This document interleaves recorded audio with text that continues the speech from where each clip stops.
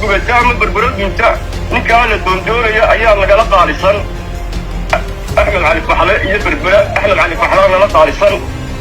daawadayaal waxaa si toosa khadka taleefanka ugu jira jiif caaqil maxamed, jiif caaqil cabdi, jiif caaqil aadan, jiif caaqil cayngal. soo dhawow jiif caaqil.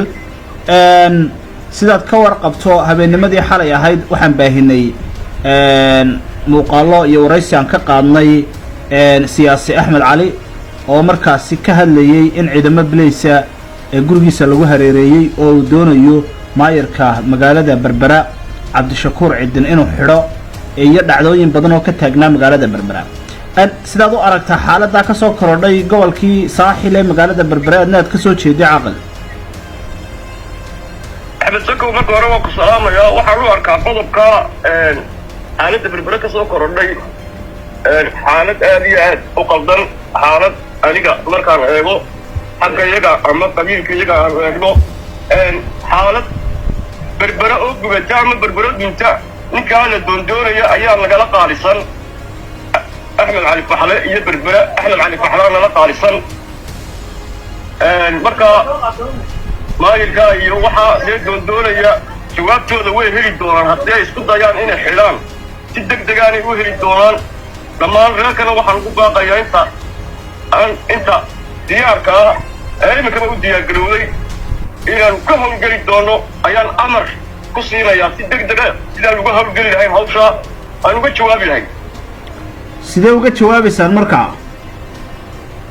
waxaan uga jawaabaynaa markay si qaldan iyagu ay u wadaan wax annaguna si qaldan baanu markaa uga jawaabi doonaa oo ay ku qancaan. way iyagu way xidhayaan oo waxay sheegeen ama waxay markaas siduu sheegay waraysku uu ku sheegay inay iyagu xidhayaan. idinku tallaabo noocee baad qaadaysaan? axmedow markaan wax dastuur ama wax xeero ama wax gaabihii dee qofka hadduu qaldamo lagu xidhi jiray aan loo soo marino sidii tuugta loo qabanayo waxaan uga jawaabi doonaa si sharifi ku jirto oo reer berberana ay ku qancaan annaguna aanu ku qanacsanay baan uga jawaabi doonaa. way jiif caaqil dee masab baad leedahay in badan markaasi xidhiidhsan oo somalilan taariikh weyn ku leh. somalilan xaaladdeeda waad la socotaa, madaxweynihii doorashadii buu diiday, xaaladdii way adag tahay. waxaa suuragala in ciidda kadib ee qalalaasa iyo mudaharaadyo rabsha ay ka bilaabmaan sida dadka somalilan ka faallooda ay sheegayaan. sidaad xaaladaha guud maxaad kala socotaa, sidaad se u aragtaa?